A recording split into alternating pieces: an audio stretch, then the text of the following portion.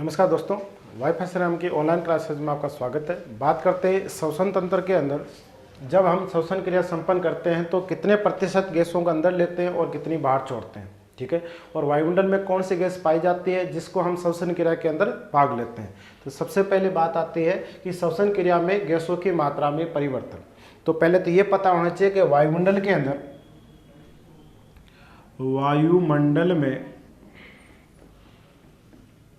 गैसों की मात्रा, ठीक है। तो देखो वायुमंडल के अंदर जो नाइट्रोजन गैस है उसकी मात्रा लगभग 78% है, ठीक है। दूसरी सर्वाधिक गैस आती है वो होती है ऑक्सीजन। ऑक्सीजन की मात्रा लगभग यानी राउंड ऑफ कितनी होगी, 21% होगी। तीसरी जो गैस आती है जिसको हम श्वसन क्रिया में काम लेते हैं वो गैस होती है CO2। कार्बन डाइऑक्साइड की गैस की मात्रा वायुमंडल के अंदर 0.03। थोड़ा सा हम ले लेते हैं जैसे जलवाष्प है। जलवाष्प की मात्रा राउंड ऑफ 0.4% या 0.5% के बीच होती है। जब हम सांस को अंदर लेते हैं उसको निःश्वसन कहते हैं और सांस को बाहर छोड़ते हैं उसको उच्च श्वसन कहते हैं। तो देखो निःश्वसन, जब निःश्वसन की क्रिया संपन्न करते हैं तो N2 मतलब नाइट्रोजन गैस होती है वो पूरी ही गैस हमारे शरीर के अंदर जाती है 78%। और जब हम सांस को वापस छोड़ते हैं उसको लिखा जाता है उच्च श्वसन। और उस श्वसन गैस के तहत हम 78% नाइट्रोजन को वापस मुक्त करते हैं, ठीक है। तो 78% गैस वायुमंडल में उपस्थित है नाइट्रोजन, 78% का हम श्वसन क्रिया में निःश्वसन करते हैं और 78% ही हम उसका उच्च श्वसन करते हैं। तो नाइट्रोजन में कोई परिवर्तन नहीं होता। दूसरी गैस आती है महत्वपूर्ण जिसका नाम है प्राणवायु यानी ऑक्सीजन। ऑक्सीजन हम श्वसन क्रिया के अंदर 21% निःश्वसन में काम लेते हैं, जबकि वापिस जब उस श्वसन होता है उस समय गैस केवल 17% ही वापस आती है। यानी 4% जब हम कार्बोहाइड्रेट या खाद्य पदार्थ खाते हैं तो उनके अपघटन में कार्बन डाइऑक्साइड में मुक्त या बन जाती है, उसका अपघटन कर देते हैं तो 4% का लॉस हो जाता है। कार्बन डाइऑक्साइड गैस वायुमंडल में 0.03% है, इसलिए हम निःश्वसन में 0.03% ही काम लेंगे। लेकिन जब इस गैस को वापस उत्सर्जन किया जाता है तब ये 0.03 से बढ़कर 4.03% हो जाती है। यहाँ पर जो 4% का लॉस हुआ था वो 4% इसमें ऐड हो जाएगा, ठीक है। अगली बात करते हैं जलवाष्प की। तो जलवाष्प जितना है उतना ही निःश्वसन में काम लेंगे। लेकिन हमने पहले पढ़ा था कि ग्लूकोज का एक अणु C6H12O6 जब हम निःश्वसन करते हैं तो ऑक्सीजन के 6 अणु अभिक्रिया होती है ऑक्सीकरण की जिससे 6CO2 कार्बन के 6 अणु और 6H2O जल के 6 अणु और ऊर्जा का निर्माण होगा। और ये ऊर्जा रासायनिक ऊर्जा के रूप में सेव या संचय हो जाएगी। तो यहाँ से आपके जल के कितने अणु बने, 6। हमारे कितना ग्रहण किया था 0.4, तो ये बढ़ के 6.04% हो जाएगी। तो बात सिर्फ यहाँ तक ही करेंगे कि श्वसन क्रिया के दौरान गैसों का जब आदान प्रदान होता है तो कितनी गैस प्रतिशत मात्रा का बदलाव होता है। तो 78% नाइट्रोजन है तो 78% निःश्वसन में और 78% है उच्च श्वसन में। तो नाइट्रोजन की प्रतिशत मात्रा में कोई बदलाव नहीं आता, जबकि ऑक्सीजन की मात्रा वायुमंडल में 21% है और निःश्वसन में हम 21% को ही ग्रहण करते हैं। लेकिन जब उत्सर्जन किया जाता है तो 21% से लॉस होकर कितनी हो जाती है, 17% यानी 4% कम हो जाती है। जबकि कार्बन डाइऑक्साइड वायुमंडल में कितनी है 0.03%। जब हम निःश्वसन करते हैं तो पूरी ही ग्रहण करते हैं, लेकिन जब छोड़ा जाता है तो 0.03 से बढ़कर 4.03% हो जाता है। तो ये जो सांस का लेना और छोड़ना किस विधि के तहत होता है, उस विधि का नाम होता है विसरण विधि। हमारे शरीर के अंदर जो फेफड़े होते हैं वो गैसों का आदान प्रदान किस विधि के तहत करते हैं, विसरण विधि के तहत करते हैं। तो ये हमारी होती है श्वसन क्रिया। अगली बात करते हैं कि जब श्वसन क्रिया करते हैं उस समय हमारी श्वसन दर भी होती है, जिसको हम मेटाबॉलिक रेट के नाम से या उपापचय क्रियाओं के नाम से जाना जाता है। तो अगली बात करते हैं श्वसन दर। शुरू में बचपन में बात करें, बच्चा जब जन्म लेता है उस समय उसकी श्वसन दर ज़्यादा होती है, लेकिन उम्र बढ़ने के साथ साथ श्वसन दर कम होती जाती है। हमारे शरीर में श्वसन दर पर नियंत्रण मस्तिष्क का होता है, मस्तिष्क के भी पश्य मस्तिष्क का नियंत्रण होता है और पश्य मस्तिष्क में भी मेडुला ऑब्लिगेटा का नियंत्रण होता है। तो बात करते हैं श्वसन दर। श्वसन दर, तो सबसे पहली बात आती है, बच्चा जब जन्म लेता है शिशु के अंदर श्वसन दर सर्वाधिक होती है, सबसे ज़्यादा होती है। उम्र बढ़ने के साथ साथ श्वसन दर में कमी आती है, श्वसन दर में कमी आती है। शरीर में श्वसन दर पर नियंत्रण किसका होता है? तो सबसे पहले होता है मस्तिष्क का। किसका नियंत्रण होता है? मस्तिष्क का। मस्तिष्क के कौन सी हिस्से? क्यों मस्तिष्क में 3 भाग होते हैं।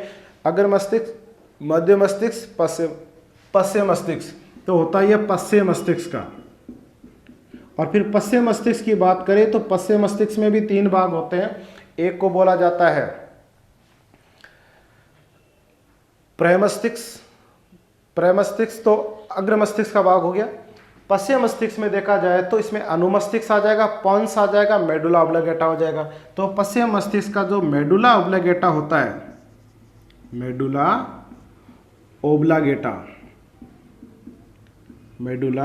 ऑब्लिगेटा, उसका श्वसन दर पर नियंत्रण होता है। अब देखो श्वसन दर की बात करें तो शिशु के अंदर श्वसन दर कितनी होती है और एक वयस्क में श्वसन दर कितनी होती है। तो सबसे पहले बात करें नवजात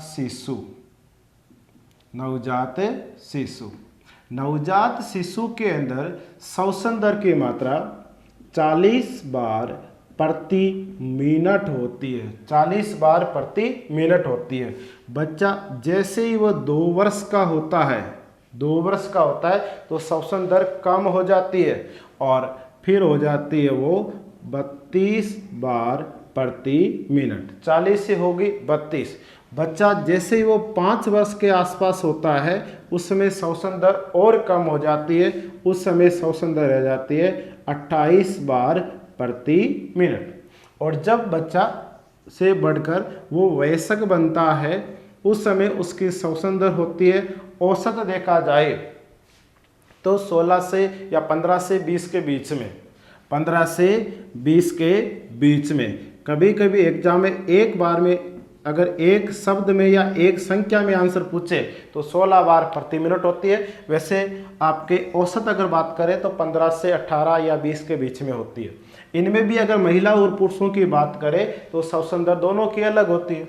अगर किसी पुरुष सदस्य की बात करें तो पुरुष सदस्य में श्वसन दर 14 से लगभग 18 या 20 तक हो जाती है। लेकिन महिला की बात करें तो महिला के अंदर जो श्वसन दर होती है वो 16 से लेके 20 या 22 तक हो जाती है। फिर उम्र और बढ़ती है, जैसे ये तो 18 साल स्वस्थ व्यक्ति की बात है, 18 साल से ऊपर तक की बात है। फिर अगर उम्र किसी की 50 वर्ष हो जाती है, 50 वर्ष हो जाती है तो श्वसन दर 16 से घटकर 14 आ जाती है, 14 बार प्रति मिनट हो जाती है। और उम्र जैसे आगे और बढ़ेगी, जैसे किसी की उम्र 70 वर्ष हो जाती है तो श्वसन दर 14 से घटकर 12 बार प्रति मिनट हो जाती है। अगर किसी की उम्र और बढ़े, जैसे 90 वर्ष हो गई, उस समय उसकी श्वसन दर 10 बार प्रति मिनट हो जाती है। मान लो किसी व्यक्ति की मृत्यु होगी, उसमें श्वसन दर 0 हो जाती है। ठीक है, ये तो होते अपने श्वसन दर।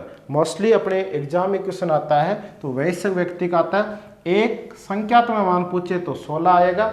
अगर आपको 16 नहीं दे तो 15 से 18 या 20 या 16 से 18 20 के बीच में संख्यात्मक मान मिल जाएगा। ठीक है, नवजात शिशु की श्वसन दर सर्वाधिक होती है, उम्र बढ़ने के साथ साथ श्वसन दर कम होती जाती है। ठीक है, अब बात करते हैं कि जो श्वसन दर होती है एक ऑक्सीजन की उपस्थिति में होती है और एक ऑक्सीजन की अनुपस्थिति में होती है।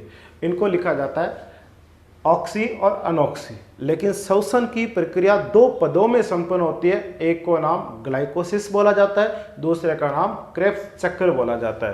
तो उसकी चर्चा कर लेते हैं।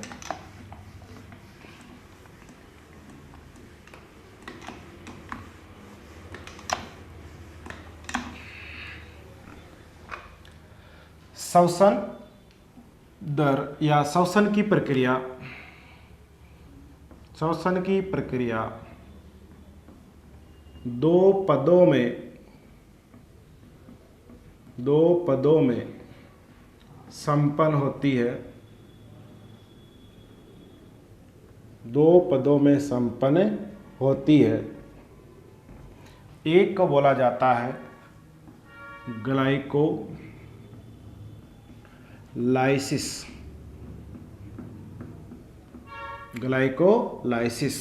दूसरे को बोला जाता है क्रेब्स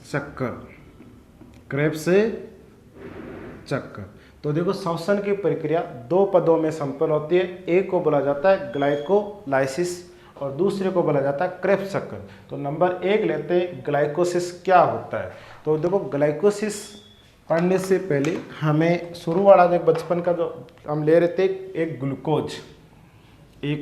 ग्लूकोज का अणु, और ग्लूकोज का सूत्र होता है C6H12O6, ठीक है। अब जब एक ग्लूकोज का अपघटन होता है तो वो C6C3H4O3 यानी पायरुविक अम्ल में बदल जाता है, पायरुविक अम्ल में बदल जाता है। इसके साथ साथ कुछ ऊर्जा का निर्माण भी होगा और वो ऊर्जा एटीपी के रूप में स्टोरेज हो जाएगी। ये रासायनिक ऊर्जा होती है जो हमारे शरीर की मुद्रा बैंक भी कहते हैं जिसको, ठीक है। तो कहने का मतलब ये हुआ कि ग्लाइकोसिस प्रक्रिया क्या होती है, यह पद कैसे संपन्न होता है। तो देखो यहाँ कार्बन के 6 अणु, कार्बन के जब 3 अणुओं में टूटते हैं, कार्बन के 6 अणु जब कार्बन के 3 अणुओं में टूटते हैं तो उसे ग्लाइकोसिस कहते हैं। तो ये प्रक्रिया ग्लाइकोसिस, और ये ग्लाइकोसिस संपन्न होती है कोशिका द्रव में, तो ग्लाइकोसिस की प्रक्रिया कहाँ संपन्न होती है, तो अपना कोशिका द्रव में संपन्न होती है। ग्लाइकोसिस प्रक्रिया क्या होती है, कार्बन के जब 6 अणु कार्बन के 3 अणुओं में जब टूटते हैं या अपघटित होते हैं तो उसको ग्लाइकोसिस कहा जाता है। अब ग्लाइकोसिस के बाद में दूसरा आता है अपना, जिसको बोलते हैं क्रेब्स चक्र। तो दूसरा आता है क्रेब्स चक्र। तो नंबर 2 क्रेब्स चक्र। तो देखो क्रेब्स चक्र के बारे में बात करने से पहले 1937 में सर क्रेब्स द्वारा एक रिएक्शन दी, अभिक्रिया के बारे में बताया, इस अभिक्रिया के बारे में बताया और नाम क्या पड़ा, क्रेब्स चक्र। अभी हमने पढ़ा एक पायरुविक अम्ल का निर्माण हुआ, पायरुविक अम्ल का निर्माण हुआ, और पायरुविक अम्ल का जो सूत्र होता है C3H4O3, ये ऑक्सीजन की उपस्थिति में संपन्न होती है, ऑक्सीजन की उपस्थिति में संपन्न होती है। कहाँ संपन्न होती है, माइटोकॉन्ड्रिया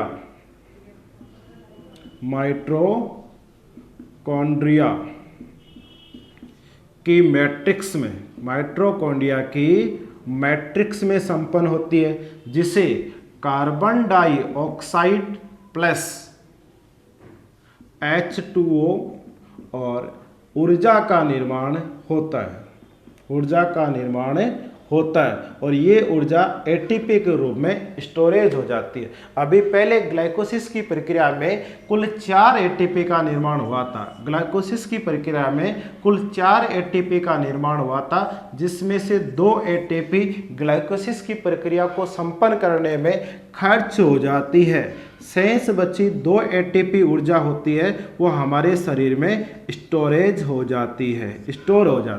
अब की बार एक पायरुविक अम्ल के अपघटन से कुल 18 एटीपी का निर्माण होता है, जबकि पूरे क्रेब्स चक्र में 18 × 2 बराबर 36 एटीपी का निर्माण होता है। तो क्रेब्स चक्र क्या होता है, जब पायरिक अम्ल अवगठित होता है तो कार्बन डाइऑक्साइड और H2O का निर्माण होता है, साथ ही जल का निर्माण होता है, तो उसे हम क्रेब्स चक्र कहते हैं। क्रेब्स चक्र के दौरान कुल 36 एटीपी का निर्माण होता है। पूरे चक्कर में कितने एटीपी बनते हैं, 36 एटीपी। अब बात आती है कि ये एटीपी क्या चीज़ है। तो सबसे पहली बात, एटीपी का पूरा नाम होता है एडिनोसिन ट्राईफॉस्फेट।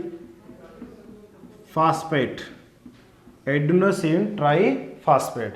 अगली बात आती है कि एटीपी की खोज किसने की। तो देखो, एटीपी की खोज करने वाला वैज्ञानिक का नाम है ल्यूमेन। एटीपी को हमारे शरीर की मुद्रा बैंक कहा जाता है, हमारे शरीर की मुद्रा बैंक कहा जाता है। और एक एटीपी में 30.5 किलो जूल ऊर्जा होती है। तो देखो, एटीपी का पूरा नाम एडिनोसिन ट्राईफॉस्फेट। दूसरी बात, एटीपी की खोज किसने की, ल्यूमेन ने। एटीपी को शरीर की मुद्रा बैंक कहा जाता है और एक एटीपी में 36.5 किलो जूल ऊर्जा होती है। अगली बात करते हैं कि जब श्वसन प्रक्रिया होती है वो कितने पदों में संपन्न होती है। एटीपी पूरा नाम एडिनोसिन ट्राईफॉस्फेट है, खोज ल्यूमेन ने की, इसको शरीर की मुद्रा बैंक कहा जाता है और एक एटीपी में 30.5 किलो जूल ऊर्जा होती है। अगली बात करते हैं,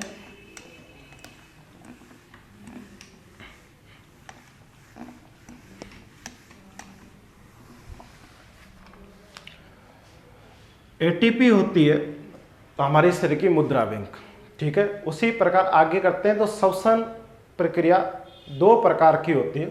श्वसन प्रक्रिया दो प्रकार की होती है। श्वसन प्रक्रिया दो प्रकार की होती है। एक को लिखा जाता है प्रकार की होती है।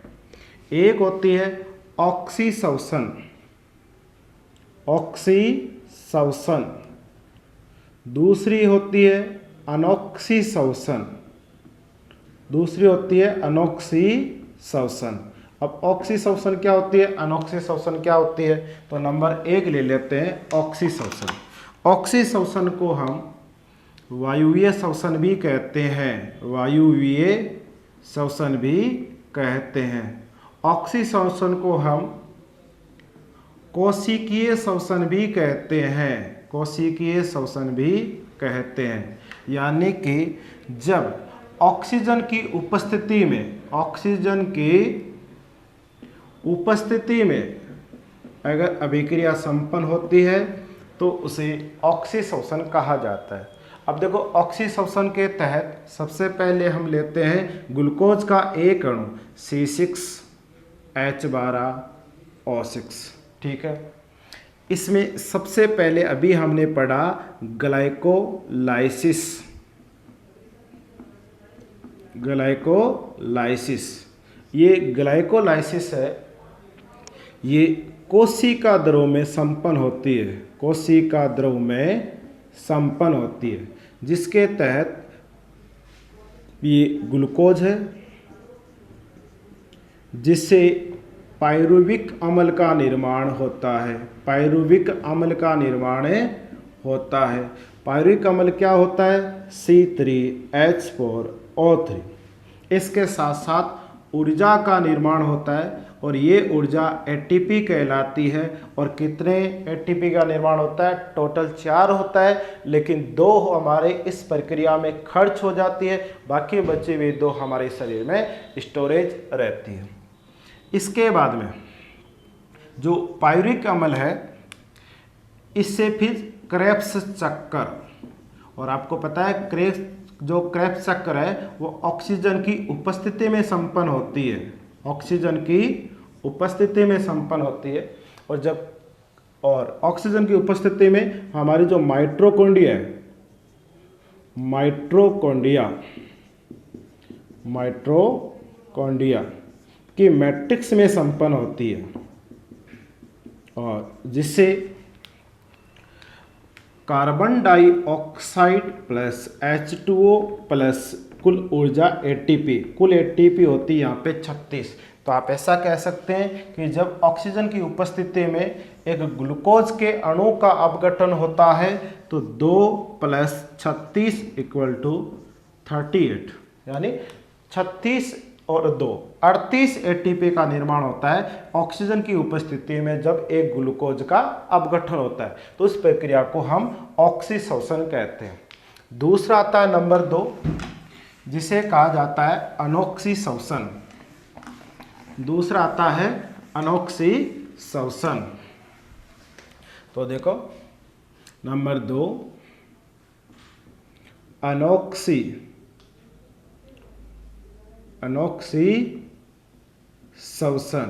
अनोक्सीशोषण ऑक्सीजन की अनुपस्थिति में होता है या कार्बन डाइऑक्साइड की उपस्थिति में होता है, इसलिए इसको अवायवीय शोषण भी कहते हैं। इसी को किण्वन शोषण भी कहते हैं।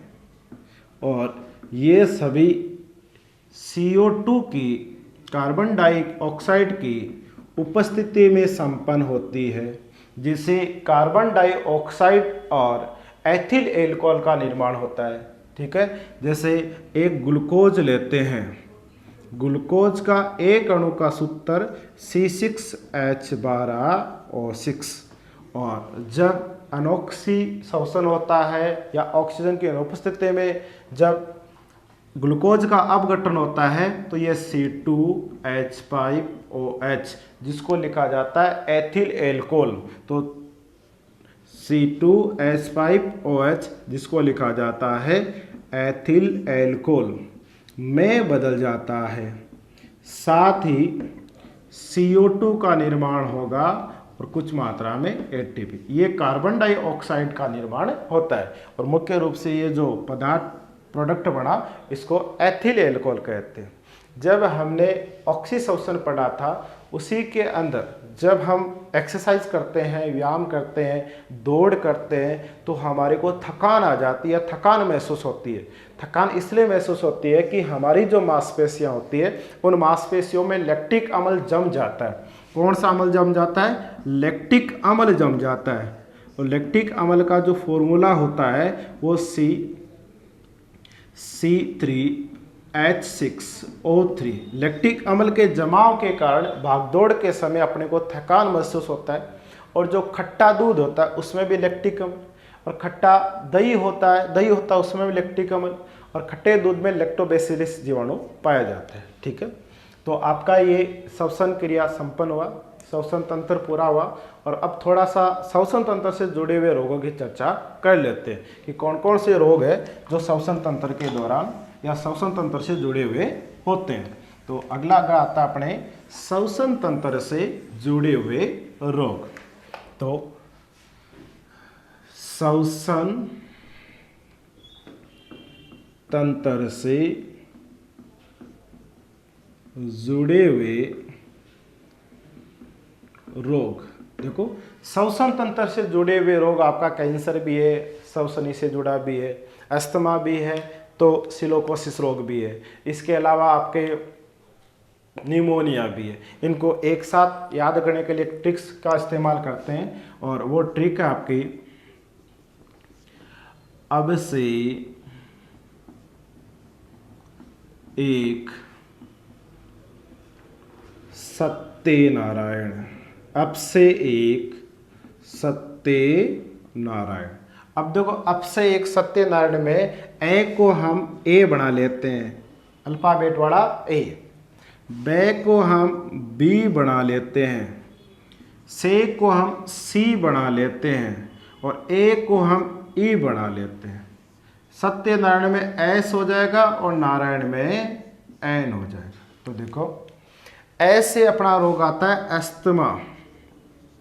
अस्थमा रोग कह दो या दमा रोग कह दो, श्वसन तंत्र से जुड़ा हुआ रोग है। दूसरा अपना रोग आता है जिसको ब्रोंकाइटिस कहा जाता है। ब्रोंकाइटिस कहा जाता है, जिसमें अपनी श्वसनी प्रभावित होती है। क्या प्रभावित होती है? श्वसनी प्रभावित होती है। इस सी से आपका कैंसर रोग, जिसको हम फेफड़ों का कैंसर भी कहते हैं। इससे आपका आ जाएगा एम्फीसिया। कौन सा रोग है? एम्फीसिया। ठीक है। एस से अपना रोग आ जाएगा सिलिकोसिस रोग। सिलिकोसिस रोग। जो व्यक्ति सिलिका की फैक्ट्री में काम करते हैं, सिलिका की फैक्ट्री में काम करने वाले मजदूरों